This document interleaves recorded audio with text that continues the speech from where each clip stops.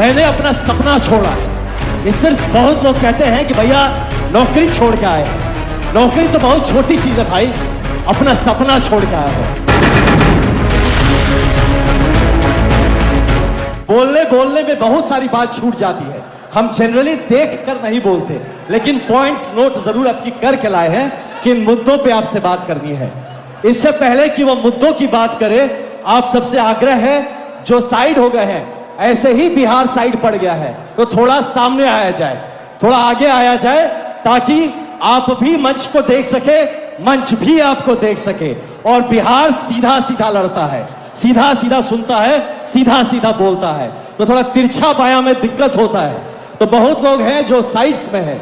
अब धूप कम हो गई है, आपसे आवेदन है कि आप आगे की तरफ आए, कुछ लोग पीछे की तरफ भी वहां से भरे, ताकि ये पूरा का पूरा जो बिहार का समागम है वो हमें नजर आए।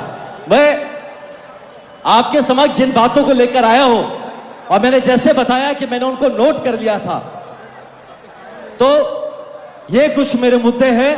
मैं चाहूंगा कि इन मुद्दों को गंभीरता से सुना जाए। ये मुद्दे सारे आपके हैं।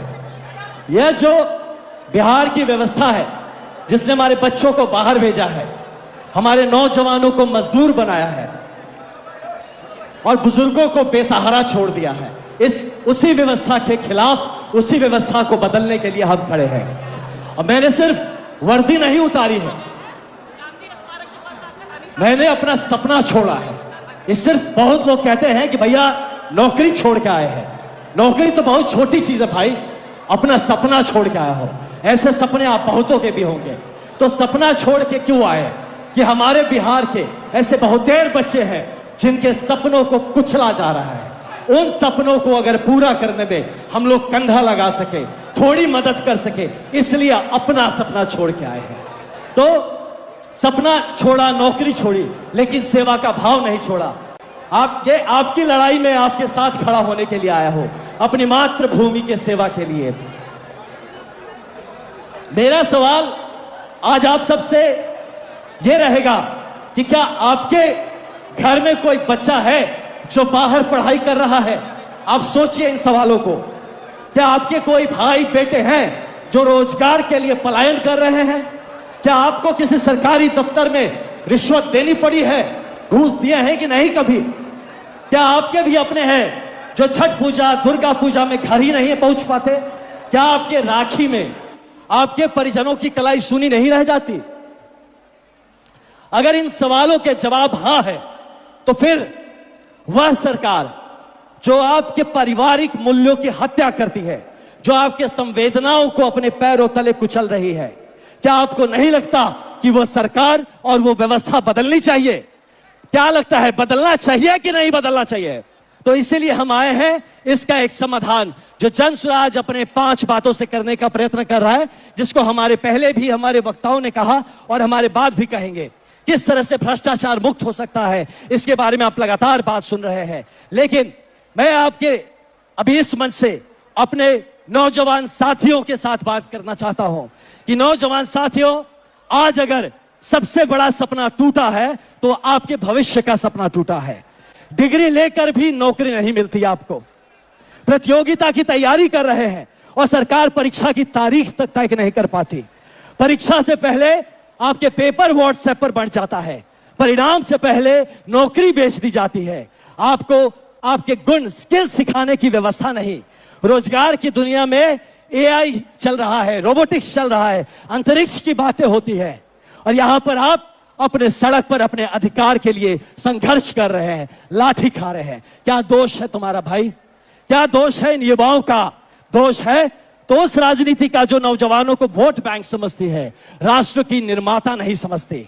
मैं आज आपसे अपील करता हूं कि जन सुराज पार्टी एक पार्टी नहीं है, यह एक आपके सपनों का प्लेटफॉर्म है।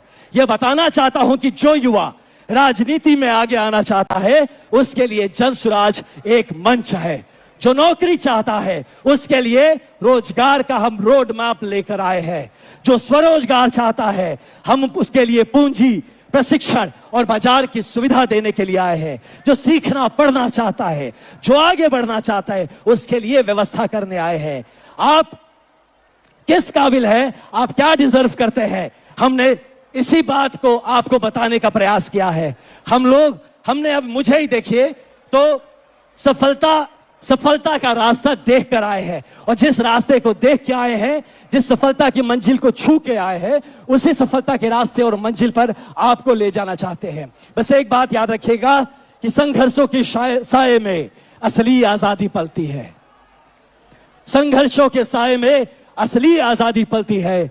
इतिहास उधर मुड़ जाता है जिस ओर जवानी चलती है, और सिर्फ यही नहीं, जिस ओर जवानी चलती है उस ओर जमाना चलता है। इसलिए हमारे युवा भाइयों बहनों, ये आपके लिए एक चैलेंज है कि आप किस तरह से इस इतिहास की घड़ी में ऐसे मंच को, इस व्यवस्था को, इस संगठन को, ऐसे साथ को आप कैसे इस्तेमाल करते हैं, सिर्फ अपनी जीवन बदलने के लिए नहीं, बल्कि एक बेहतर बिहार की परिकल्पना के लिए।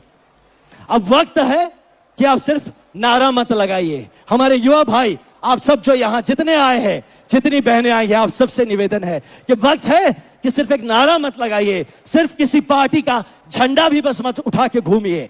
अब ये बदलाव का वाहक बनिए। अब झंडा उठाना है तो बिहार का झंडा उठाना है, बदलाव के लिए काम करना है। बार आप अपने लिए भी और इस मंच पे बैठे सभी लोगों के लिए अपना साथ हुंकार भर के लगाइए। हमें बताइए कि आप हमारे साथ हैं।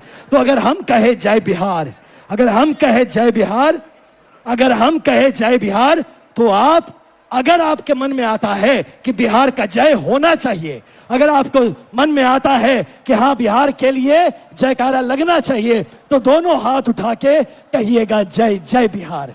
अगर सही में बिहार के साथ हैं, और अगर बस हमें तमाशा देखना है, तो हाथ उठा के जय बिहार कहने की कोई जरूरत नहीं। तो हम कहे जय बिहार, तो अगर सच में बिहार में बदलाव चाहते हैं, सच में अगर आप हमारे साथ हैं, तो हम कैमरा बंधुओं को कहेंगे देखिए बिहार साथ है कि नहीं है। तो हम कहे जय बिहार, तो दोनों हाथ उठा के उस ऊपर वाले को ध्यान करके कहना है जय जय बिहार, जय बिहार। शानदार। ये मैंने इसलिए करवाया कि आपको भी पता हो कि कितने बिहारी इस संग्राम में, इस संघर्ष में साथ है। हमको भी ये ताकत मिले कि पूरा बिहार इस संघर्ष में साथ है।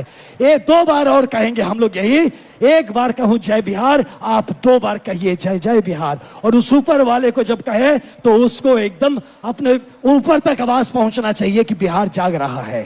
फिर से कहेंगे जय बिहार, जय बिहार, जय बिहार।